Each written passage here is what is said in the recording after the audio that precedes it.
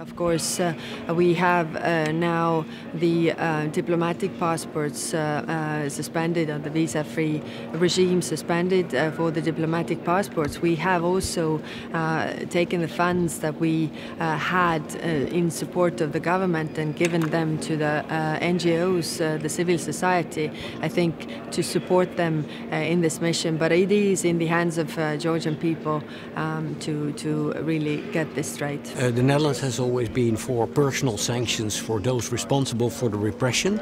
At this moment, the step to take is withdrawing the visa freedom for Georgian diplomatic passport holders. I think that's an important first step.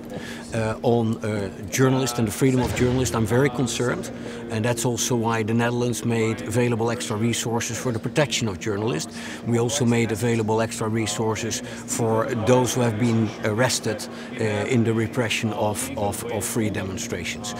We stand with those who want to work on the European path for Georgia, and that horizon stands.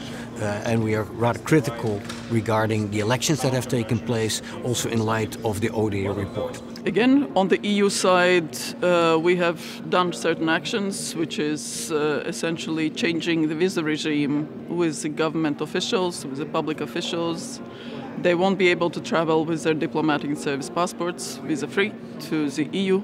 So that is a very targeted action. And they themselves, but also the EU, has said that EU support is not going to go to any government-related activities or agencies.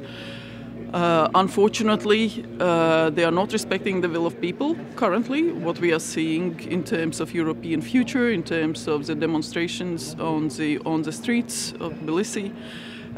We in Latvia, we have put a number of government officials, a number of those who have suppressed this peaceful process, who have attacked journalists, on so-called non-entrance list in Latvia, and so have the other European countries.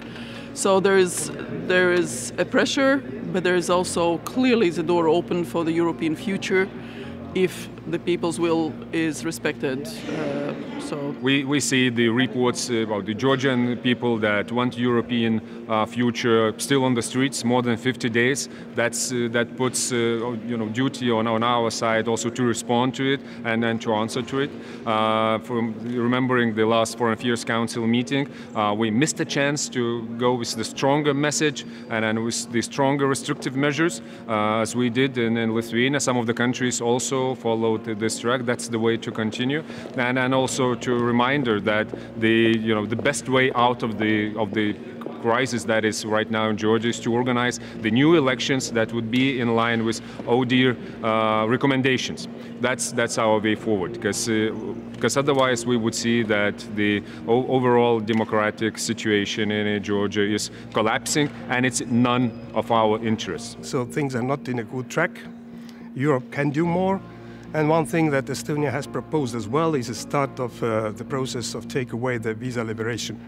So I'm not talking about that we are just taking it away like tomorrow, but we need to start this process to give the very straight and clear message that these authorities who are now leading Georgia, they are lying to their own people, and they need to change the course.